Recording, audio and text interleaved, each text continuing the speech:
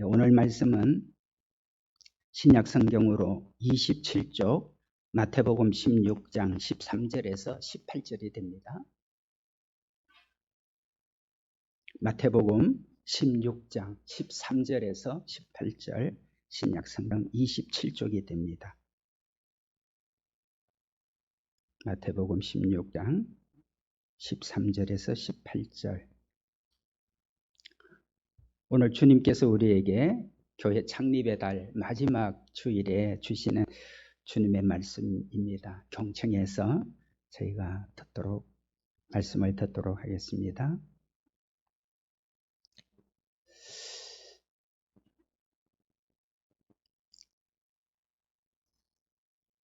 예수께서 빌립보 가이사랴 지방에 이르러 제자들에게 물어 이르시되 사람들이 인자를 누구라 하느냐 이르되 더러는 세례 요한, 더러는 엘리야, 어떤 이는 예레미야나 선지자 중에 하나라 하나이다.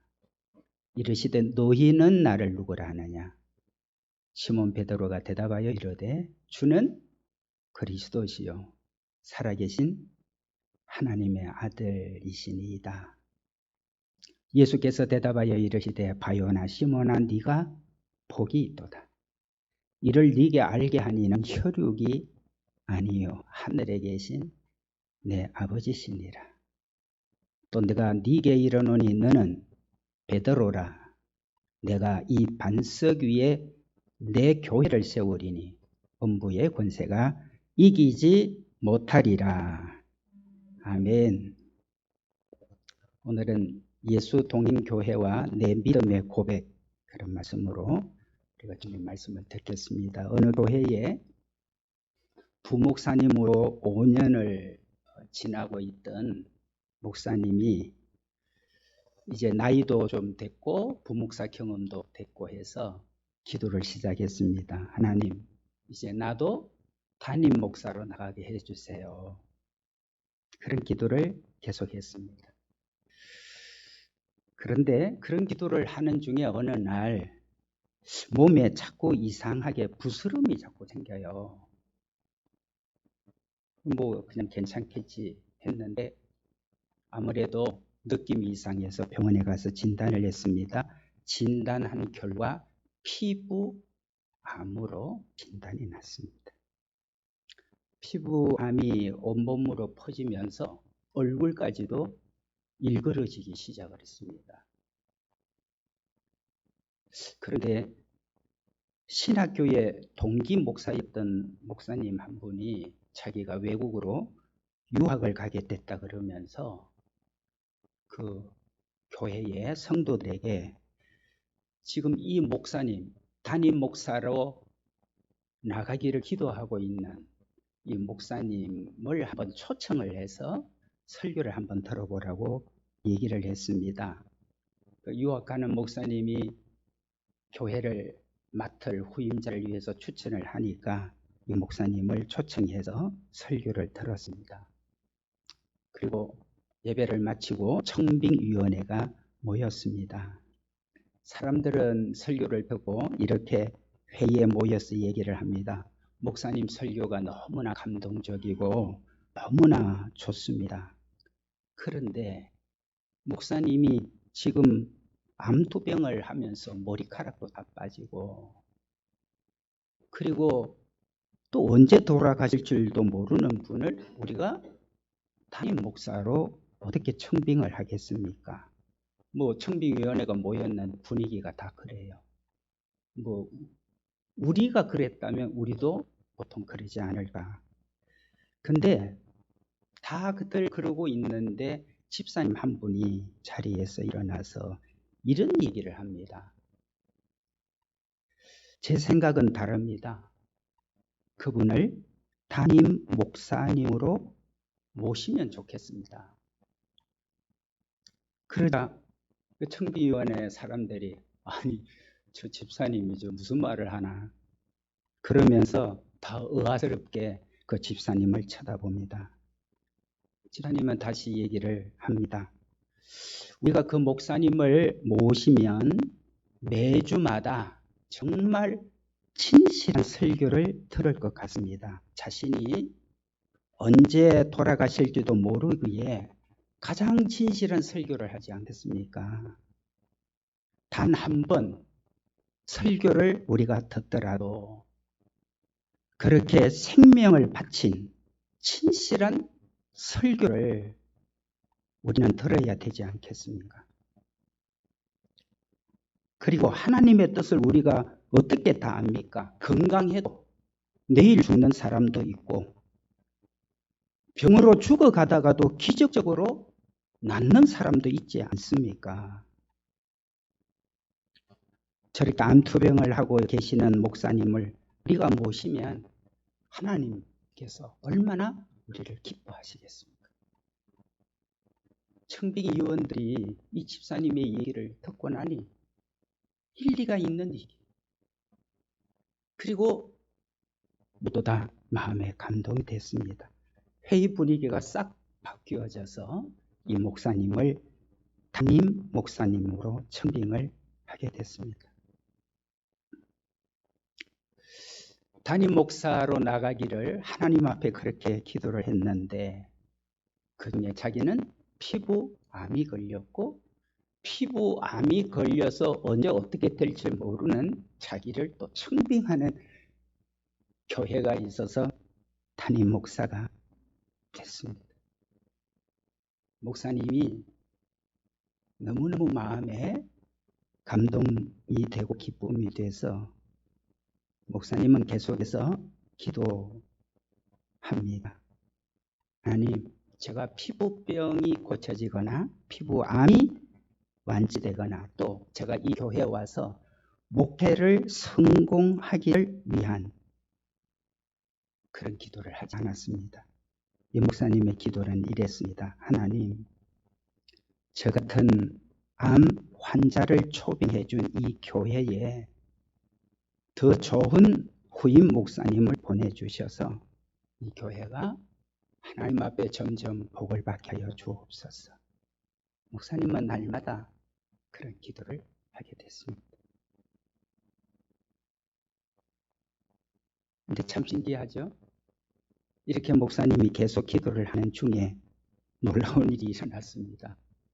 어느 날부터 피부암이 점점점 몸에서 사라지기 시작을 하니 결국은 다 완치가 됐습니다.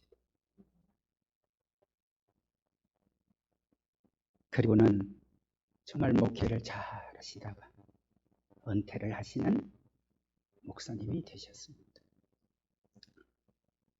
여러분, 교회는 인간의 판단, 인간의 상식만 고집하고 주장하고 그렇게 따라가면 안 된다는 겁니다. 우리의 상식도 필요하고 우리의 판단도 필요하지만 최종적인 것은 주님이 기뻐하실 일이 뭔가 이것을 잘 해야 하는 것이 중요합니다. 하나님께서 기뻐하실 일을 따르면 우리가 생각지 않는 기적이 일어납니다.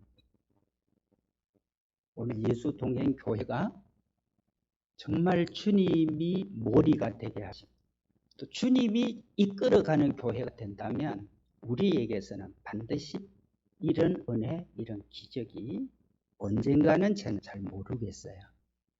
또 주님께서 우리 안에 이제는 이 교회 안에 내가 이런 일을 행해야 되겠다. 그때는 우리도 알 수 없지만 정말 주님이 원하시고 기뻐하시고 우리가 때로는 아유 내가 그러지도 못하면서 괜히 위선적인 고백을 하는 것 같아도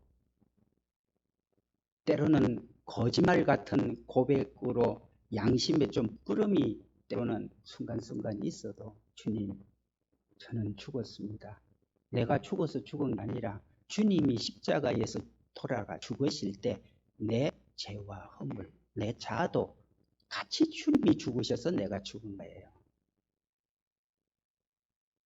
그러니까 나는 죽었습니다. 이거를 현재 나를 보고 얘기하면 안 됩니다.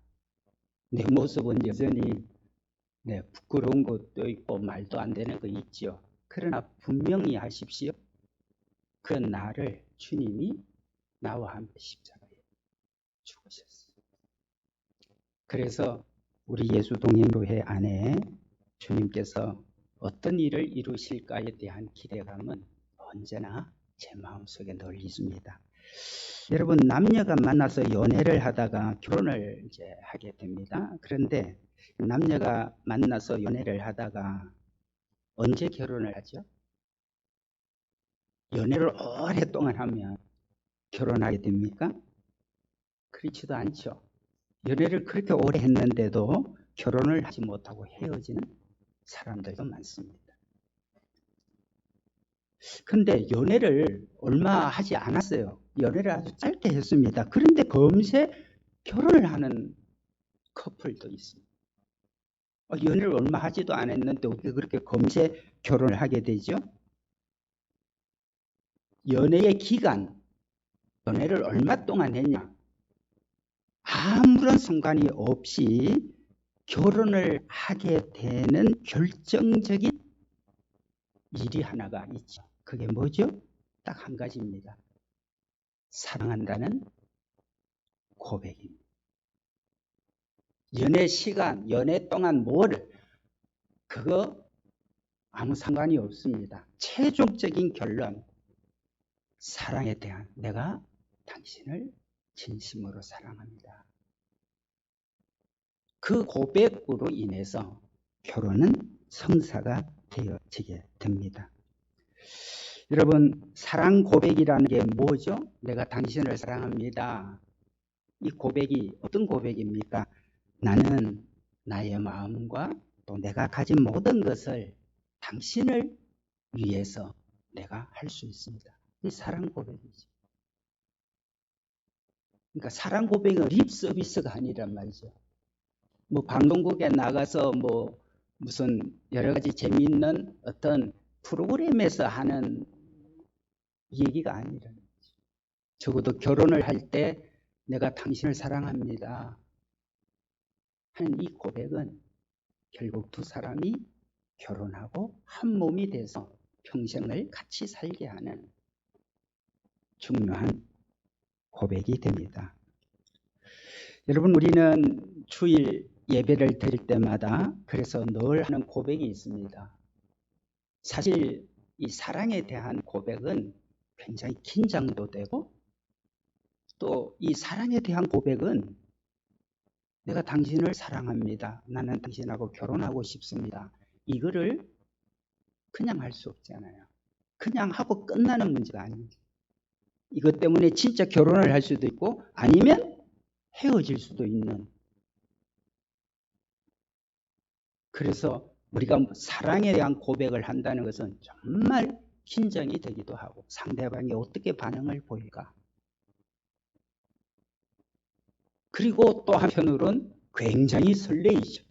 상대방이 서로 간에 이 사랑의 고백을 받아주면 뭘 하게 되죠? 결혼을 하게 되거든요. 긴장도 있고 떨리기도 하고 그러나 설레임이 있습니다. 우리는 매 주일마다 예배를 드리면서 고백을 합니다. 신앙 고백입니다. 제가 이번에 설교 준비를 이렇게 해가면서 주님, 나는 주님께 이 사도신경 내용을 가지고 고백을 하지만 우리가 결혼합시다. 나 당신 사랑합니다. 이 고백보다도 훨씬 더 비중이 크고 내가 당신을 사랑합니다 하는 이 고백은 사람과 사람 사이의 고백이지만 우리가 주일마다 예배 때 고백하는 이 고백은 사람과 사람 사이, 두 사람, 그것도 두 사람 사이의 고백이 아니라 우리의 사도신경의 고백은 온 우주를 만드신 창조주 전능하신 하나님 앞에 우리가 고백하는 거잖아요. 그렇다면 내가 주일마다 이 고백을 하는 이 고백이 정말 나를 때로는 긴장도 하게 만들고 이게 진짜 고백인가? 정말 내 삶을 담아서 이대로 정말인가 진심인가 그런 고백을 담아서 하는 고백이라 때로는 내 마음을 설레게 하는 거죠. 제가 말씀을 준비하는 중에 넌 요즘 내게 고백하는 이 고백이 얼마나 긴장이 되고 얼마나 네 마음을 설레이기도 하느냐 물으시는 것 같았어요.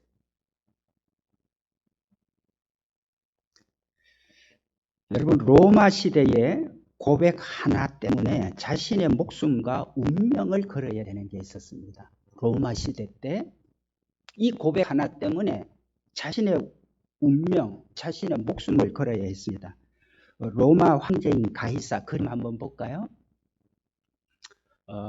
이 로마 시대에 가이사 황제가 통치를 하고 있었을 때입니다. 이 가이사 황제가 통치하고 있었을 때는 예수님이 사역을 하고 그렇게 계셨을 때입니다. 사진이 잘 안 뜹니까? 네.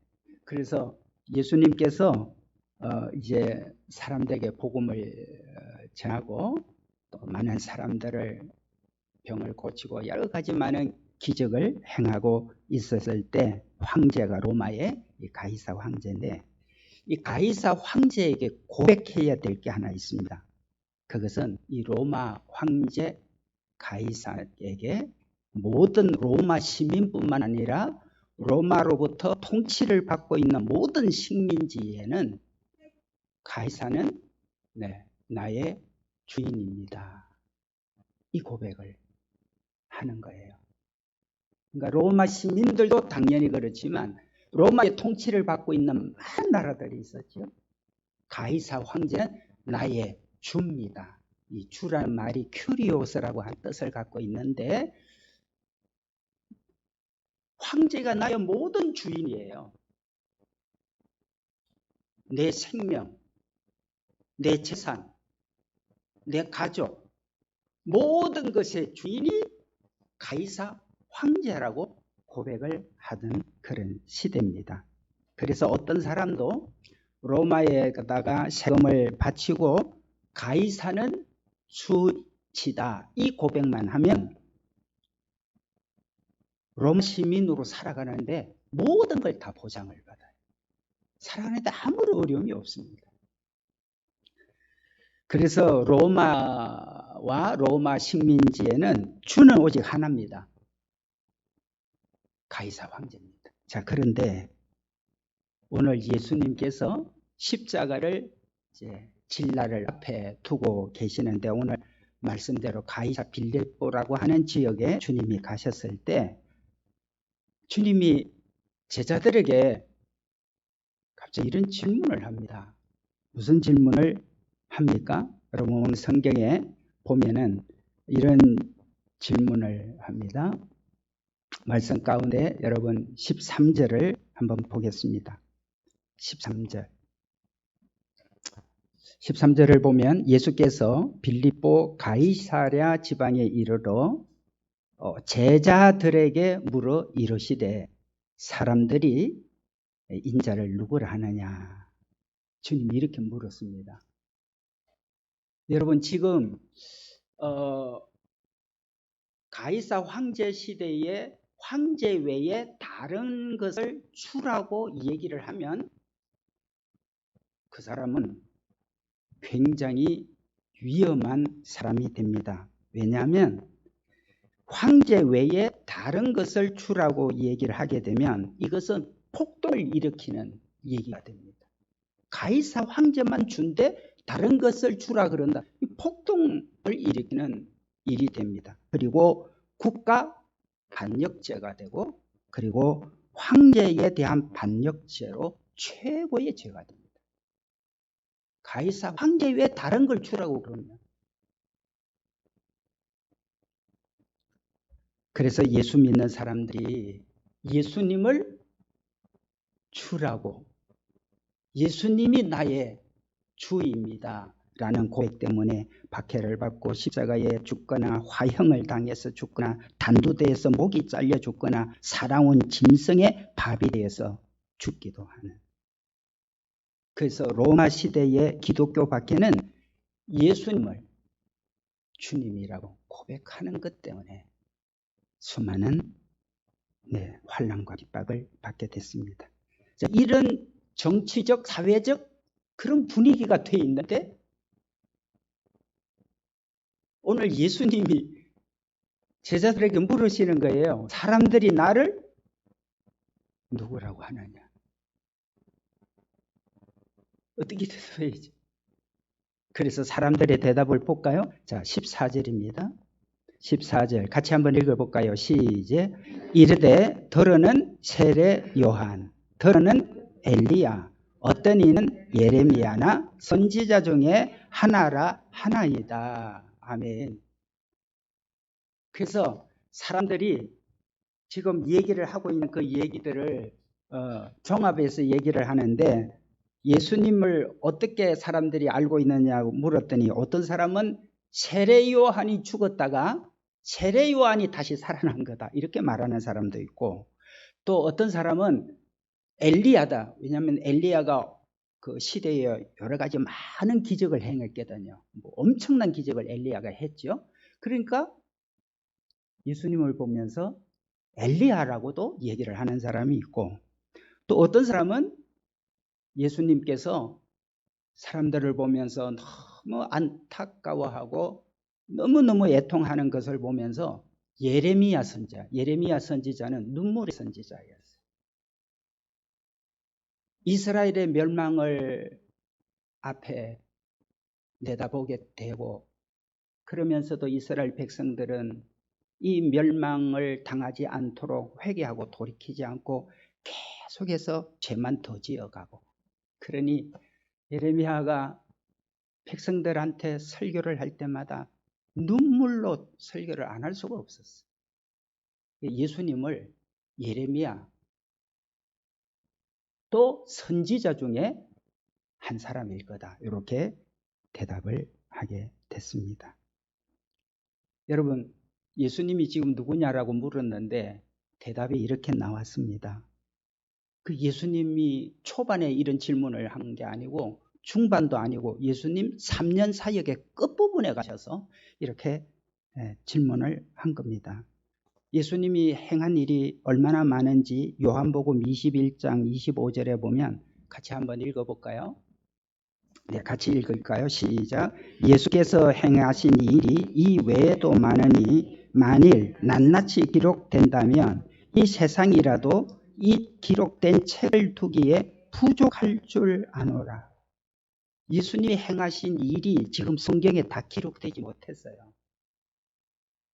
예수님이 행하신 일이 얼마나 많은지 그 당시 이 땅의 책을 다 모아도 다 기록을 할 수 없다라고, 그만큼 주님은 엄청난 일을 많이 했습니다.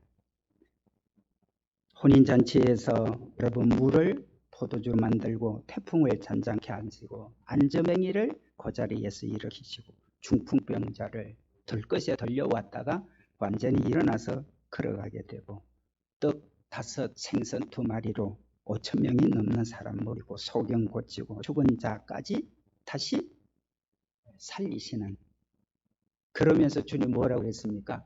회개하라, 천국이 가까워. 그러면서 그 유명한 산상수훈까지 주님 말씀하셨어요. 이렇게 책에도 다 기록할 수 없는 수많은 일들을 주님이 행하셨는데 사람들의 대답은 예수님에 대해서 한 명도 얘기를 하는 사람, 시험으로 얘기하면 시험을 쳤는데 빵점이에요. 아니 3년 동안 가까이 이렇게 말씀을 전했고 이렇게 놀랄만한 기적들을 행했는데 어떻게 사람들 중에 예수님을 예수님이라고, 예수님을 메시아라고, 그리스도라고, 예수님을 하나님의 아들이라고, 예수님은 나의 구주라고 이렇게 얘기를 하는 사람이 한 놈도 없게 됐을까? 예수님을 따르던 사람들이 수많은 군중이었지 않습니까? 그럼 예수님은 3년 동안 헛수고한 겁니까? 예수님이 대체 뭘 어떻게 가르치길래, 어떻게 사람들에게 설교를 했기에, 아니 3년 마지막 판에 이렇게 한 사람도 공적인 대답도 아니잖아요. 그냥 자기의 신앙을, 주님에 대한, 주님은 어떻게 자기가 지금 알고 있는지에 대한 고백을 개인적으로 하는 건데도 이렇게 아무도 얘기를 하지. 여러분, 가끔 여러분들이 전도를 하다가 3년이 되고 5년이 되고 10년이 되고 아니면 20년이 됐는데도 아무런 반응을 보이지 않을 때 갖게 되는 실망, 나중엔 다 포기해버리죠. 아무리 애를 써봐도 소용이 없구나. 그렇지 않습니다. 실망하시면 안 돼요. 내 목숨이 하나님 앞에서 불려가는 그날까지 우리의 기도는 쉬지 않고 하셔야 됩니다. 그래서 주님께서 뭐라고 얘기합니까? 이제 사람들은 아무도 맞추지 못하고 대답을 제대로 못합니다. 그럴 때 주님께서 이렇게 말씀하죠. 15절에 보면 이르시되 너희는 나를 누구라 하느냐. 여기서 너희는 누구죠? 12 제자예요. 다른 사람들이 아무도 맞추는 사람이 없고 다 모른다고 그러지만, 그렇다면 3년 가까이 나하고 같이 살았던 너희는, 베드로야, 뭐 베드로는 요때 이제 예수님이 베드로라는 이름을 줬지만 원래 이름은 시몬이죠. 시몬아, 요하나, 야고보야, 너는 그러면 나를 누구라고 생각하느냐, 이런 질문이죠. 자, 그때 놀라운 대답이 하나 나오게 됩니다. 16절이죠. 자, 16절까지 읽겠습니다. 시작. 시몬 베드로가 대답하여 이르되 주는 그리스도시요 살아계신 하나님의 아들이시니이다. 아멘. 주는 그리스도시요 살아계신 하나님의 아들입니다. 지금 이 베드로의 고백은 베드로의 고백이 아니었고 어떤 고백이었습니까? 자, 예수님께서 주님은 그리스도시요. 베드로는 예수님을 지금 주님이라고 부르게 됩니다. 지금 로마 시대의 정치적 상황, 사회적 상황 다 설명드렸죠. 그런데 베드로가 예수님에게 주님이라고 부릅니다.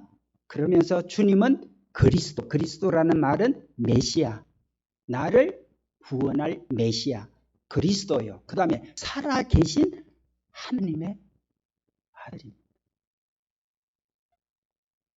이 고백을 어떻게 하게 됐는지 17절에 이렇게 말씀하죠. 자, 17절을 보시면 예수께서 대답하여 이르시되 바요나 시몬아 네가 복이 있도다. 이를 네게 알게 하니는 혈육이 아니요 하늘에 계신 내 아버지시니라. 아멘.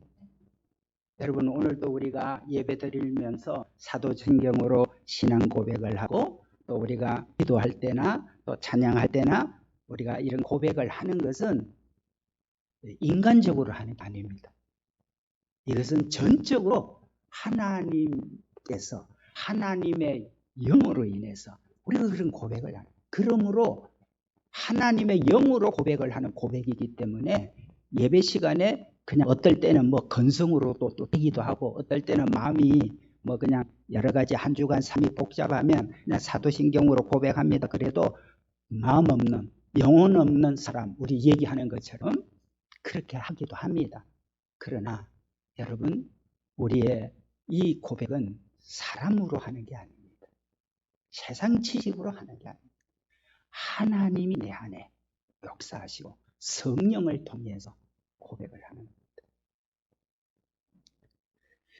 그러므로 여러분, 오늘 이 고백은 너무나 중요합니다. 여러분, 예수님을 주인이라고, 주님이라고 고백을 하는 것은 굉장히 중요하죠. 예수님을 주님이라고 고백을 하는 것은 내가 주인을 바꾸었다는 뜻입니다. 지금까지는 내가 내 인생의 주인이었어요. 그래서 그냥 내 마음대로 하는 거예요. 왜? 내가 내 인생 주인이니까. 뭐 누가 뭐라고 그래도 자기가 하고 싶은 대로 해버려요. 그건 자기가 주인이죠. 그런데 우리가 예수님을 주님이라고 부를 때는 나는 주인이 바뀌었습니다. 나는 더 이상 내가 주인이 아닙니다. 나의 주인은 주님이십니다. 이렇게 고백이 되어버려요. 여러분, 예수님이 나의 주인이 되니 얼마나 놀라운 일이 일어나겠습니까? 예수님이 내 인생의 이제 주인이 되어주시니 만물의 영광과 만물의 모든 것을 가지신 주님이 나의 주인이시니까 예수님의 지혜가 나한테 오고 예수님의 그 모든 성품이 나한테 들어오게 되고. 왜? 이제 내 인생의 주인은 내가 아니고 주님이시니까. 그래서 예수님의 지혜, 명철, 총명을 내가 가지게 되고 예수님의 모든 성품과 인격을 내가 소유를 하게 되고 주님이 가지신 모든 것들이 다 내게로 이제 들어오게 되는 거죠. 왜? 예수님을 나의 주인으로 내가 받아들였기 때문에. 그래서 그 다음부터는 내 인생에 놀라운 변화가 일어납니다.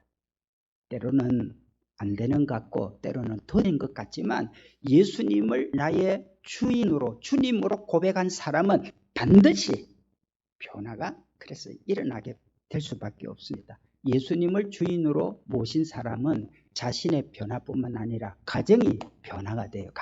가정이 자꾸 달라지고요. 예수님을 나의 주인으로 모신 사람은 일터에 가서 직장 생활도 다르고요.